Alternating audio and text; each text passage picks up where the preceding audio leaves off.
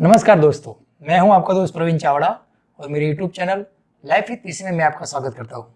आज दोस्तों मैं बात करने वाला हूं रियल एस्टेट इन्वेस्टमेंट पर। इस विषय में हम थोड़ी चर्चा करेंगे, क्या क्या इसके पहलू उसके बारे में थोड़ा डिस्कस करके, और मैं आपको कुछ टिप्स दूंगा जैसे आपको इससे थोड़ा इसका नॉलेज मिले कि आप इसमें अगर चाहते हो तो कैसे आगे बढ़ सकते हो। तो यहाँ पे सबसे पहले हम बात करेंगे जो दोस्तों हमारी इनकम आती है, शुरुआत यहीं से होती है। समझ लीजिए आपकी जो इनकम है उसमें जो पैसे आप कमाते हो, छोटा बड़ा कोई ना कोई बिजनेस या जॉब आप और हम करते हैं, तो जो इनकम आती है तो पैसे को हम 3 तरह से डिवाइड कर सकते हैं। सबसे पहले अपने पैसों को मार देते हैं, खर्च करते हैं, महंगी गाड़ी, घड़ी, कपड़े, मकान लेते हैं। हाँ, जो मकान में हम रहते हैं मैं उसकी बात करता हूँ, रियल एस्टेट में जो आगे आएगा यहाँ उसका जिक्र मैं नहीं कर रहा हूँ। और ऐसे हमारे पैसे खत्म हो जाते हैं, तो हमारे पास कभी कोई सरप्लस पैसा रहता ही नहीं है जिसका इन्वेस्टमेंट हम रियल एस्टेट में कर सके। दूसरी बात दोस्तों आती है हमारे पैसे के साथ हम क्या करते हैं, वो है उसका सेविंग करना। जैसे कि बैंक में आपका सेविंग अकाउंट है, उसके साथ साथ आप पोस्ट में भी उसको डिपॉजिट कर सकते हैं। लेकिन यहाँ पे गौर करने की बात दोस्तों ये है, अगर आप बैंक में पैसा रखते हो तो सेविंग अकाउंट पे आपको जो ब्याज मिलेगा वो करीबन 6 से 7% तक होगा। अगर फिक्स डिपॉजिट में रखते हो तो 9 to 9.5% होगा। और मान लीजिए अगर पोस्ट में रखते हो तो वो डबल पैसा होगा। तो वो क्राइटेरिया पहले 5 साल था, फिर 7 साल, अभी तो 10 साल हो गया। तो यहाँ पे आपको एक बात ध्यान में रखनी होगी कि जो पैसा आपका बढ़ रहा है उसके सामने इन्फ्लेशन रेट वो भी बढ़ रहा है, यानी कि आपको कोई फायदा नहीं हो रहा है। क्योंकि जो चीज़ आज आपको 100 रुपये में मिल रही है वही चीज़ अगर आप 10 साल बाद लेने जाओगे तो 200 या 300 रुपये में मिलेगी। तो सामने आपका 100 रुपये का जो डिपॉजिट किया हुआ पैसा है वो 2 गुना होकर 200 हो गया होगा, लेकिन चीज़ आपको वही मिलेगी। तो क्या मतलब हुआ इसका? आगे दोस्तों हम बात करेंगे थर्ड ऑप्शन पे। यहाँ पे हम देख सकते हैं बहुत अहम है, क्या है वो है आपका जो पैसा आता है आपको कहीं पे उसको इन्वेस्ट करना है। सबसे पहले समझ लीजिए वो पैसा, ये मैं जो बात कर रहा हूँ तीसरे विकल्प की, वो क्या है, वो एक आपका इन्वेस्टमेंट है और वो आपको कमा के देगा। वो कमा के कैसे देगा? जैसे कि मान लीजिए आप शेयर बाय करते हैं, म्यूचुअल फंड में इसका इन्वेस्टमेंट करते हैं या रियल एस्टेट में। खास करके मैं आपके साथ रियल एस्टेट की यहाँ पे बात इसलिए कर रहा हूँ क्योंकि मुझे थोड़ा अनुभव है, ये मेरा काम है। तो मैंने देखा कि लोगों को ये जो समझना होता है वो समझते नहीं है, काफ़ी मिसअंडरस्टैंडिंग होती है। तो इसके बारे में मैं आपके साथ यहाँ पे थोड़ी बातें करूँगा। सबसे पहले दोस्तों देख लीजिए रियल एस्टेट के थोड़े फैक्ट है। एक, लोगों की आबादी बढ़ती जा रही है, लेकिन ज़मीन ऐसी चीज़ है जो आप कहीं पे भी प्रोड्यूस नहीं कर सकते, यानी कि ज़मीन उतनी ही रहेगी। तो जाहिर सी बात है कोई भी चीज़ अगर डिमांड होती है उससे अगर कम उसकी सप्लाई होती है तो उसकी प्राइस हाई होगी। तो इसी वजह से आप देखिए कि रियल एस्टेट फील्ड में जो भी बंदा काम करता है, भले वो छोटा ब्रोकरेज का काम करता हो, तो भी वो बहुत अच्छा इनकम कमा लेता है। तो उसकी एक वजह ये भी है। और दूसरी बात मैं यहाँ पे आपको दोस्तों बोलना चाहूँगा कि आपकी रियल एस्टेट की जो इनकम है वो पैसिव इनकम है। एक्टिव इनकम और पैसिव इनकम वो हम जानते हैं। एक्टिव इनकम में आपको इन्वॉल्व होना पड़ता है, 9 से 6 बजे तक की अपनी नौकरी करनी पड़ती है, कहीं पे काम पे जाना पड़ता है, उसके बदले में हमें इनकम मिलती है। तो आपको वहाँ प्रेजेंट होना पड़ता है, रहना पड़ता है वहाँ पे, तब जाके आप उसमें पैसा कमाते हो। पैसिव इनकम में क्या होता है, मान लीजिए कि आपने अगर कोई भी दुकान ले ली, कोई ज़मीन है आपकी, वो फैक्ट्री बना के किसी को रेंट पे दे दी, तो उसमें क्या होगा कि आप वहाँ पे जाओ और पैसा आएगा ऐसा नहीं है। हर महीने आपके खाते में वहाँ से चेक क्लियर होके अमाउंट आ जाएगी। तो इसे पैसिव इनकम बोलते हैं, जहाँ आपका इन्वॉल्वमेंट नहीं होता है। और तीसरी बात, इसका रिटर्न हाई होता है। आप देख लीजिए रियल एस्टेट में, जैसे कि आपने आज कोई प्रॉपर्टी खरीदी है, 5 साल बाद अगर आप उसको बेचने जाओगे, अगर आपने रिस्क कैलकुलेटेड लिया है तो वो आपको रिटर्न बहुत हाई देगा। तो ये एक कारण है। तो दोस्तों ये 2-3 बातें थी जो आपको मैं बताना चाहता था। अब देखिए कि रियल एस्टेट में अगर आपको आगे बढ़ना है, रियल एस्टेट में आपको इन्वेस्ट करना है, तो आप क्या कर सकते हैं। तो यहाँ पे थोड़े सुझाव मैं आपको देना चाहूँगा, अगर वो आप ध्यान में रखते हैं तो रियल एस्टेट में आप 100% सफल होगी। सबसे पहले मैं आपको दोस्तों बोलना चाहूँगा कि रियल एस्टेट में अगर आपको काम करना है तो क्या करना पड़ेगा। ये बिजनेस बहुत छोटे से काम के साथ आप शुरू कर सकते हो। ऐसा नहीं है कि करोड़ 2 करोड़ की प्रॉपर्टी लेते हो और उस पर ही काम आप शुरू कर दोगे। तो यहाँ पे सबसे पहले छोटे छोटे स्टेप में आप आगे बढ़िए। मैं ये मानता हूँ छोटे से तालाब में आप बड़ी मछली बनिए, फिर बड़े तालाब में जाइए, तो कंपटीशन में आप टिक सकोगे, क्योंकि मार्केट अभी बहुत ओपन है। तो सबसे पहली बात आती है दोस्तों अपनी मेंटालिटी एक इन्वेस्टर की बना दो। ठीक है, ऐसा नहीं है कि ये करना है वो करना है, एक आपके पास एक व्यू होना चाहिए कि हाँ मुझे इन्वेस्ट करना है।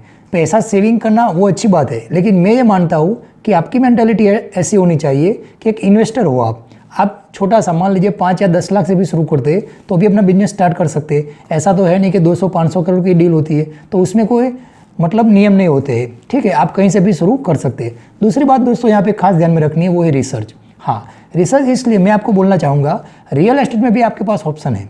आप कोई ज़मीन लेते हो, कोई फ्लैट लेते हो, कोई दुकान लेते हो, तो यहाँ पे उसकी अलग अलग कैटेगरी है। मान लीजिए आपने कोई प्रॉपर्टी ले ली, आप उसको रेंट पे देना चाहते हो या सेल करना चाहते हो। रेंट पे देना है तो आपकी मंथली इनकम आएगी, और अगर सेल करना चाहो तो क्या होगा, 2 या 4 महीने 6 महीने के बाद आप उसको सेल करके अच्छा प्रॉफिट कमा सकते हो। तो पहले आपको ये डिसाइड करना पड़ेगा। दूसरी बात दोस्तों यहाँ पे आपको फिक्स करनी पड़ेगी रिसर्च करके कि जो प्रॉपर्टी मैं लेना चाहता हूँ वो किस एरिया में है, ठीक है, उसकी प्राइस कितनी है, मेरा बजट कितना है। तीसरी बात, उस प्रॉपर्टी को मैं रेंट पे दूंगा या बेच दूंगा, और आगे ये भी आप देख सकते हो कि उस प्रॉपर्टी से मुझे मुनाफा कितना होगा। तो ये सब बातें थोड़ी आपको मार्केट में चेक करनी पड़ेगी, क्योंकि यहाँ पे आप देख लीजिए ऐसी छोटी बड़ी चीज़ नहीं है कि 5-10 रुपये की पेन आपने ले ली और फेंक दी तो चलेगा। यहाँ पे अगर आपका रिस्क बढ़ जाता है, मान लीजिए आप छोटी सी शुरुआत करते हैं, तो आपको क्या करना पड़ेगा, ये सब बातों का आपको पहले से ध्यान रखना पड़ेगा ताकि आगे जाके आपके लिए परेशानी खड़ी ना हो। नहीं तो मैंने काफ़ी ऐसे लोग भी देखे जो बहुत जोश के साथ शुरू तो कर देते हैं, लेकिन इसका एक रिजल्ट ऐसा भी आता है कई बार उनको उसमें इतना घाटा जाता है कि खुद की प्रॉपर्टी जो होती है उसको भी उनको बेचनी पड़ती है। तो यहाँ पे दोस्तों आपको ध्यान रखना है कि आपकी प्रॉपर्टी आप ले रहे हो वो रेसिडेंट है या कॉमर्शियल, क्योंकि प्रॉपर्टी में भी ये बात आती है कि आप जो प्रॉपर्टी ले रहे हो वो लोगों को रहने के लिए लोकेशन के हिसाब से ठीक है या कॉमर्शियल कोई फैक्ट्री है, GIDC है, तो उनके हिसाब से भी क्राइटेरिया चेंज होते रहते हैं। यहाँ पे दोस्तों हम में से काफ़ी लोगों को ये मन में ख्याल आएगा कि पैसे कहाँ से लाए। तो देख लीजिए, रियल एस्टेट में शुरुआत मैंने कहा आप बहुत छोटे से पैसे को इन्वेस्ट करके कर सकते हैं, 5 या 10 लाख से। हो सके तो आपके कोई ना कोई इनकम होगी, उस पर आप थोड़ा लोन ले लीजिए, क्योंकि बैंक आपको जो कर्ज देगा वो आप प्रॉपर्टी खरीदने में लगाओगे। हो सकता है आप जो घर में रहते हो उसको थोड़ा मॉर्गेज करा लीजिए। हाँ, थोड़ा बहुत रिस्क तो लेना पड़ेगा। तो उससे होगा क्या, एक टाइम पे जब आपका रिस्क अगर कैलकुलेटेड होगा तो आपकी जो इनकम आएगी प्रॉपर्टी में से उसमें आप वो EMI भर दीजिएगा। तो एक टाइम पीरियड जो होता है उसके बाद आपकी फिर जो इनकम आएगी रेंट से, जो प्रॉपर्टी से, वो फ्री हो जाएगी, तो वो आपके पैसे बढ़ा देगी। ये दोस्तों एक बात थी। दूसरी बात यहाँ पे हम दोस्तों देखेंगे बैलेंस शीट। आपको पता कैसे चलेगा कि आपने प्रोग्रेस किया नहीं किया। मान लीजिए आपने काम शुरू कर दिया तो तुरंत तो कोई लाभ नहीं मिल जाएगा, 6 महीने 12 महीने आप काम करते रहिए। हाँ, साथ में रिसर्च करते रहिए। तो उसमें क्या होगा, जैसे आप कुछ आगे बढ़ते जाओगे, आपसे कुछ भूल होगी, आप सुधारते जाओगे, आपको पता चलता जाएगा मार्केट कैसा है, लोकेशन कहाँ है, कितने पैसे में डील हो रही है, मुझे यहाँ लेना चाहिए नहीं लेना चाहिए। क्योंकि मैं यहाँ आपको कोई एक बुक या एक क्राइटेरिया नहीं दे सकता, क्योंकि मान लीजिए अहमदाबाद में अगर आपके पास कोई जगह है तो उसकी जो प्राइस होगी वो बड़ौदा से अलग होगी। इससे भी आगे हम दोस्तों देखें तो मान लीजिए आप राजकोट में जाते हो, आप सूरत में जाते हो, आप बॉम्बे में जाते हो, दिल्ली में जाते हो, तो हर जगह अपना अपना एक प्लस माइनस होता है। तो वो आपको क्या करना होगा, आपको आगे बढ़ते रहना होगा और जो आपसे गलतियाँ होती है उसको सुधारता रहना पड़ेगा। ऐसे करते करते धीरे धीरे आप उस फील्ड में मास्टर बन जाओगे। और पेशेंट आपको रखना ही पड़ेगा। धीरज के बिना इस फील्ड में मैंने देखा है आपके पास कुछ नहीं आएगा। हाँ, एक आपके पास विल पावर होना चाहिए कि मैं कर सकता हूँ और 100% होगा, इसमें कोई परेशानी नहीं है। और लास्ट में दोस्तों मैं बात यहाँ पे आपको थोड़ी बोलना चाहूँगा कि मान लीजिए यहाँ पे काम हम करते हैं तो हमें सबसे बड़ा ध्यान क्या रखना चाहिए। सबसे पहले आप फिजिकली प्रॉपर्टी वहाँ जाके देख लीजिए कि प्रॉपर्टी की हालत कैसी है, उसकी बाउंड्री कैसी है, मेजरमेंट जो पेपर में दिया हो वो सही है या किसी और का कब्जा है। तो ये सब बातें मायने रखती है। और इसके साथ साथ पेपर वर्क आपको कंप्लीट देख लेना चाहिए, क्योंकि यहाँ पे होता है फ्रॉड के केस भी ज़्यादा होते हैं।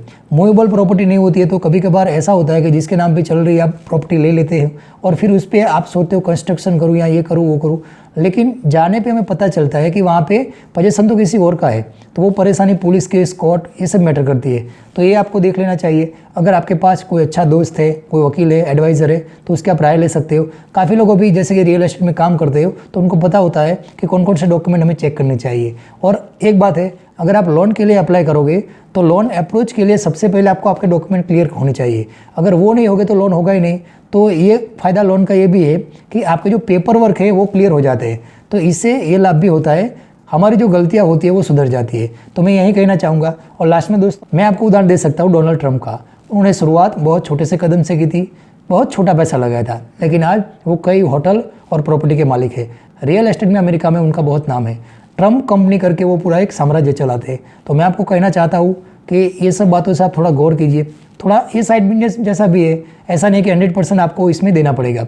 ये ऐसी जॉब जैसी कोई कामगिरी नहीं है, जैसे कि आपको 10 बजे आना है, 4 बजे जाना है, आप अपने हिसाब से काम कर सकते हो। और इसमें अगर आपका मार्केट जो रिसर्च है वो अच्छा है, आपके रिलेशन अच्छे हैं, आपके साथ रहने वाले लोगों में अगर आपकी इंप्रेशन अच्छी है, क्रेडिट अच्छी है, तो आप बहुत आगे बढ़ोगे। आशा करता हूँ ये वीडियो आपको अच्छा लगा होगा, और मेरा वीडियो आपको अच्छा लगा तो इसको लाइक कीजिए, शेयर कीजिए, मेरे चैनल को सब्सक्राइब कीजिए और साथ में जो बेल आइकन है उसको भी दबा दीजिए, ताकि आने वाले मेरे जो वीडियो है मैं आप तक पहुंचा सकूं। कमेंट बॉक्स में आप कमेंट कीजिए, टॉपिक मुझे सजेस्ट कीजिए, ताकि मुझे भी पता चले कि मैं इन पर वीडियो बना सकता हूं और आपको पसंद आते हैं। Thank you very much.